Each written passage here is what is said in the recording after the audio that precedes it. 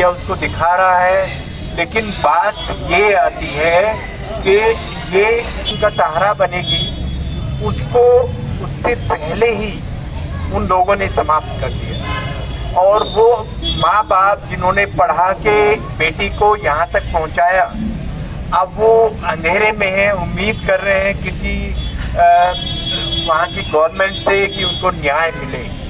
न्याय का आप लोगों को सबको पता है, जो अभी निर्भया हुआ था पहले वाला, उसमें कितने समय बाद न्याय मिला। तो मैं बस एक शब्द आप लोगों को ये गुजारिश करूँगा कि न्याय तो चल रहा है, सीबीआई जांच कर रही है, लेकिन जो तनख्वाह उनको मिल रही थी बेटी को, वो तनख्वाह उसको 60 साल तक उनके माँ बाप को दी जाए। और जितनी भी हमारी एनजीओज हैं वो सब उनकी हेल्प करें, उसके माँ बाप की हेल्प करें, वो अकेला सहारा दिए। सबको पता है उस बारे में, तो इसको बार बार हमें लगता है बताने की ज़रूरत नहीं है कि उनके साथ क्या हुआ है और क्यों हुआ है, सबको पता है। और इस मूवमेंट को एक्चुअल में हम लोग सारे डॉक्टर पूरी भारत के पॉलिटिसाइज नहीं करना चाह रहे हैं।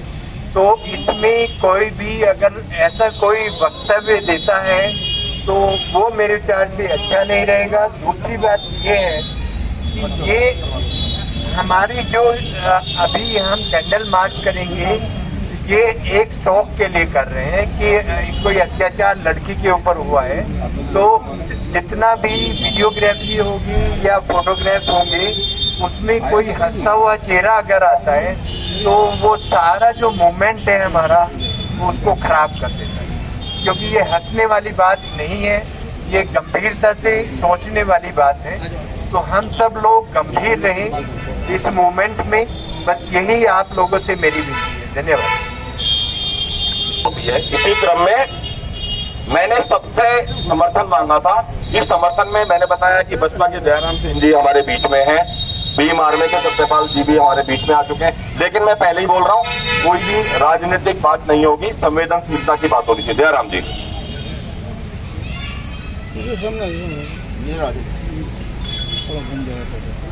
आज इस मुहिम में शामिल हुए सभी सामान्य साथियों, बहुत ही दर्दनाक घटना है और बार बार इन घटनाओं की पुनरावृत्ति होती है, लेकिन हमारी सरकारें इनको रोकने में कहीं न कहीं विफल हैं। जो हमारे साथियों ने, भाई हमारे पंकज शर्मा जी के साथ साथ हमारे डॉक्टर साहब और सभी हमारे साथियों ने जो फैसला लिया है, आज पूरा देश इस दर्द से चिल्ला रहा है। इस दर्द का मुझे इसलिए नजदीकी से पता है क्योंकि मेरी बेटी भी डॉक्टर है, मुरादाबाद में डिस्ट्रिक्ट हॉस्पिटल में वो कार्यरत है। किस तरह हमने उनको पाला पढ़ाया, शायद हमको उनको पढ़ते हुए देख करके हमें उस समय दर्द होता था जब वो पढ़ती थी। कितना उन्होंने एनर्जी लगाई है, पढ़ती वो थी, दर्द हमको होता था, समय उनका नष्ट होता था, परेशानी हमें होती थी। किन किन परिस्थितियों से गुजर करके हमने वहां तक बच्ची को बचाया। आज ठीक उसी दर्द को मैं यहाँ देख रहा हूँ। बीच बीच में ये घटनाएं ना हो, इनकी पुनरावृत्ति ना हो, इसलिए सरकार की आंखें खुल जाएं। पूरे देश में ये जो घटनाक्रम हुआ है, इसके लिए एक शोक हर क्षेत्र पूरे भारत के कोने कोने में हो, तो शायद इसमें कुछ प्रति उस बच्ची को श्रद्धांजलि अर्पित करते हुए मैं आप लोगों से माफी इसलिए चाहूंगा कि मुझे भी कैंडल मार्च में शामिल होना था, लेकिन दूसरी मीटिंग मैंने माफी मांग ली थी भाई अपने पंकज शर्मा साहब से कि मैं ज्यादा समय नहीं दे पाऊंगा। और मेरी पूरी सहमति, पूरा सहयोग मेरे कार्यकर्ता साथी आप लोगों के बीच में यहाँ मौजूद रहेंगे।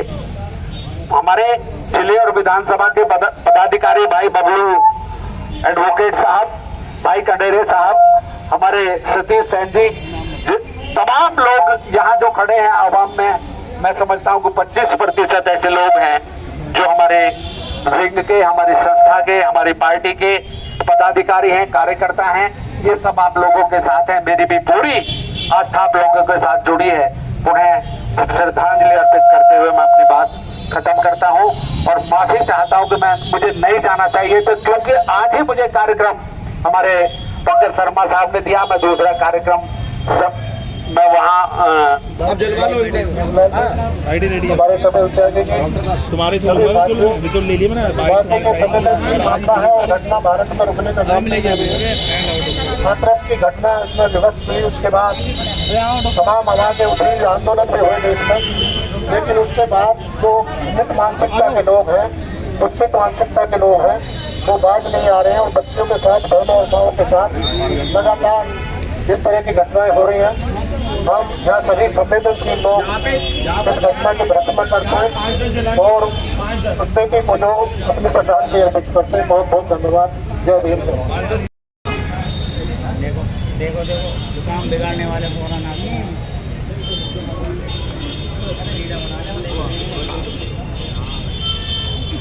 कुछ ना समझ रहे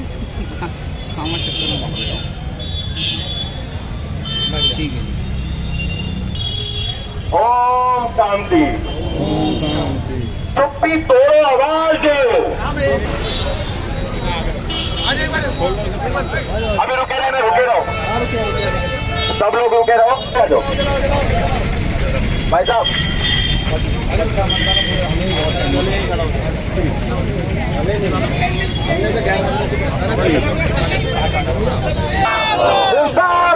इंसाफ दो।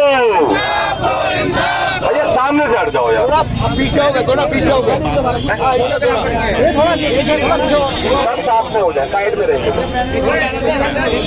आप लोग आगे आ जाओ, आप लोग आगे आ जाओ।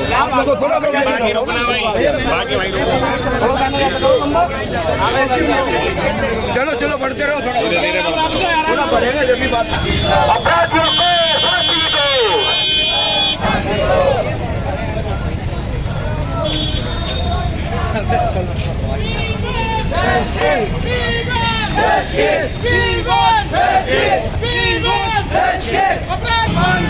अपराधियों को फांसी दो।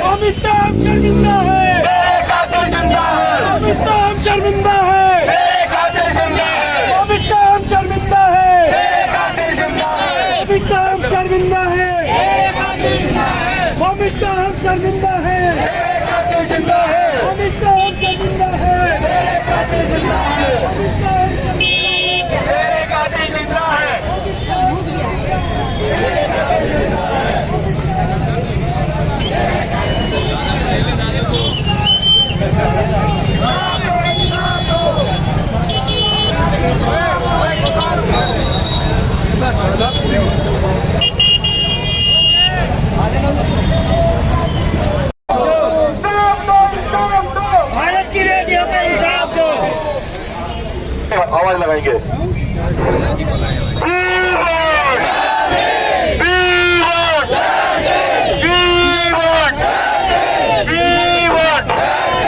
अपराधियों को फांसी दो।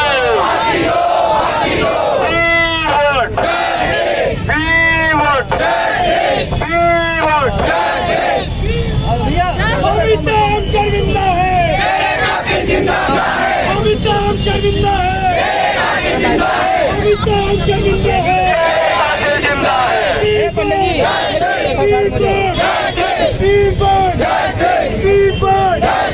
फांसी दो, फांसी दो, फांसी दो, फांसी दो, फांसी दो, फांसी दो, फांसी दो, फांसी दो, फांसी दो, फांसी दो, फांसी दो, फांसी दो। We want justice. We want justice. We want justice. स्थानीय नारों की जरूरत है।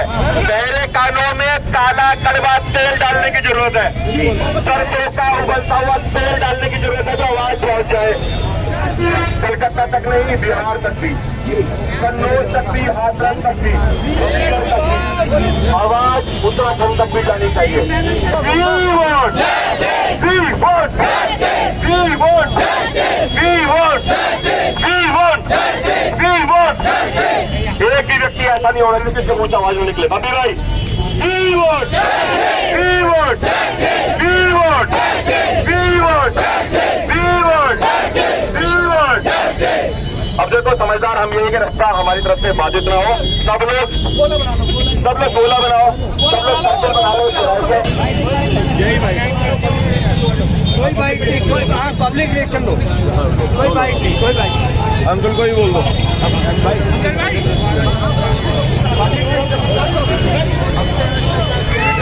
अब अपना अपना करने को जो कर रहा है इसे उधर लगा दो।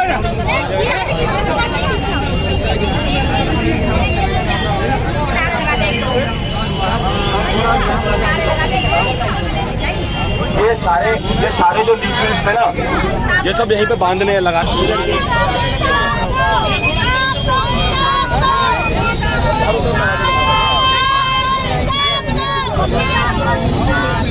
मोमिता हम जिंदा हैं, मोमिता हम जिंदा हैं, मोमिता शर्मिंदा है, मेरे कातिल जिंदा है, मोमिता हम शर्मिंदा है, मेरे कातिल जिंदा है, मोमिता हम शर्मिंदा है, मेरे कातिल जिंदा है।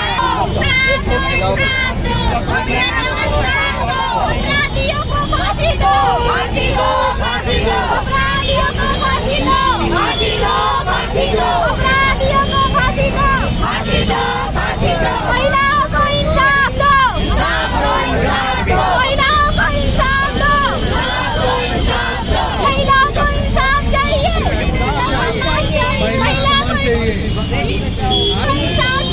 जीने का सम्मान चाहिए, जीने का सम्मान चाहिए, महिला को सम्मान चाहिए, महिला को सम्मान चाहिए, महिला को सम्मान चाहिए। इंसाफ दो, इंसाफ दो, इंसाफ दो, इंसाफ दो, इंसाफ दो, महिला को इंसाफ दो, इंसाफ दो, इंसाफ दो, महिला को इंसाफ दो, महिला को इंसाफ दो, इंसाफ दो, इंसाफ दो, महिला को इंसाफ दो, इंसाफ दो, इंसाफ दो, मोमिता हम शर्मिंदा है, मोमिता हम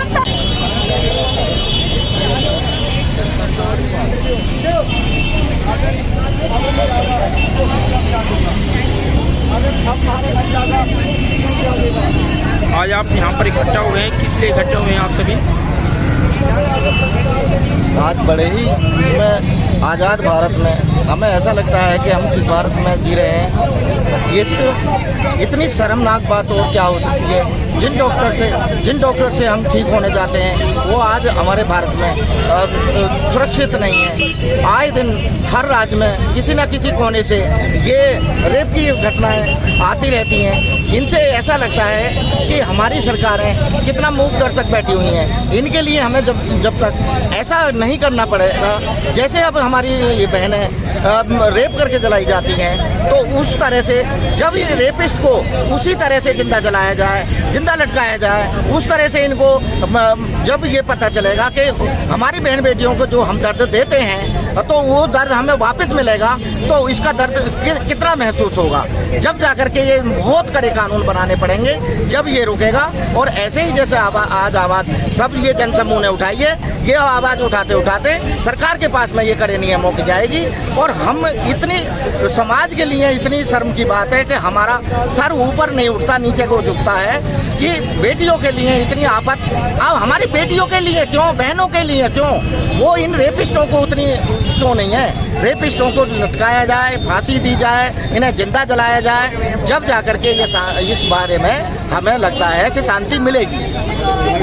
जैसा कि आप सभी यहाँ इस बहन के लिए इंसाफ के लिए आए हैं, तो क्या सरकार से इस बहन के लिए किस तरीके का इंसाफ चाहते हैं, या भविष्य में किसी बहन बेटी को इस तरीके की हादसा न हो, जरा बताएं।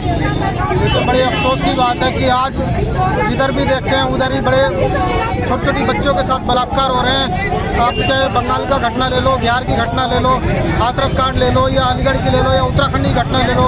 आज जो जितना भी देखते हैं दिन भर में, पूरे दिन में कम से कम 10 घटनाएं रेप की घटनाएं सुनने को मिलती है, और बड़ी दर्दनाक होती है, मतलब दिल को चीरने वाली घटनाएं होती हैं। हम सरकार से मांग करते हैं कि जितने भी रेपिस्ट हैं, बलात्कारियों को सबको कड़ी से कड़ी सजा दी जाए और सबको फांसी की सजा दी जाए। आज भारत मतलब रेप के नाम में आज ये भारत जो रेपिस्ट भारत बन चुका है, सरकार इस पर जल्दी से जल्दी कानून बनाए और बलात्कारियों को कड़ी से कड़ी सजा दिलाए। हम यही मांग करते हैं सरकार। क्या आपको उम्मीद है कि सरकार इसके लिए कड़ा कदम उठा पाएगी? नहीं, हमारी भारत सरकार बोलती है, हमारे मन से बड़े बड़े मंचों से बोलते हैं कि उन्हें फांसी से सजा होनी चाहिए, लेकिन अपना सरकार होने के बावजूद ये लोग इतना कड़ा कानून नहीं बना पा रहे कि उन लोगों को फांसी हो। बचाने वाले भी यही हैं और करवाने वाले भी यही है। ये सरकार हमारी आज बिल्कुल फेल हो चुकी है। तो सरकार को चाहिए कि एक बहुत ही सख्त कानून बनाना चाहिए कि जो रेपिस्ट जिनके नाम दिए गए हैं उनको तुरंत ही फांसी होनी चाहिए। लेकिन होता क्या है कि यही सरकार उन्हें कराने वाली है और यही हमारी सरकार बचाने वाली है। सब इन्हीं का सब मिली भगत होती है। यही बच्चा जब रेप करते हैं तो बचाने के लिए ये सरकार के सारे लोग सामने आ जाते हैं। तो कैसा हमारी बहन बेटियों को न्याय मिलेगा? नहीं मिल सकता इस न्याय। आप क्या कहना चाहेंगे इस विषय में? मैं इसमें ये कहना चाहूँगा, जो इतनी बड़ी घटनाएं हो रही हैं, डॉक्टर है या किसी भी उसमें सभी के साथ हो रही है, केंद्र सरकार की सारी जानकारी में कोई कदम नहीं उठाती। वैसे केंद्र सरकार कहती है विश्व गुरु हैं, इस मामले में विश्व गुरु है केंद्र सरकार, हर किसी को मालूम है, लेकिन कोई नहीं स्टेप उठाना चाहता। ना कोर्ट में त्वरित से वो करती कार्रवाई, फास्ट ट्रैक कोर्ट पर नहीं भेजती, स्पेशल कोर्ट बननी चाहिए। और जो लड़कियों इनके लिए आर्थिक सहायता हो, हम जो उनके परिवार पीड़ित है उनको उनके भरण पोषण के लिए मिले, और उसके त्वरित करके इनको जल्द से जल्द उनको दंडित किया जाए बलात्कारियों को। जैसा कि आप सब एक बहन के लिए इकट्ठा हुए हैं, उसके लिए आप इंसाफ चाहते हैं कि सरकार से उम्मीद है आप लोगों की कि बहन को इंसाफ मिल पाएगा? हाँ, मिलना तो चाहिए। हम कोशिश तो यही कर रहे हैं कि ऐसे दरिंदों को तुरंत फांसी दी जाए, किसी भी प्रकार की कोई ढील ना दी जाए। यही एक सजा है हमारे भारत में। जैसे अदर कंट्रीज में तुरंत गोली मारने का प्रावधान है, उसी प्रकार से हमारे भारत में भी ऐसा प्रावधान होना चाहिए।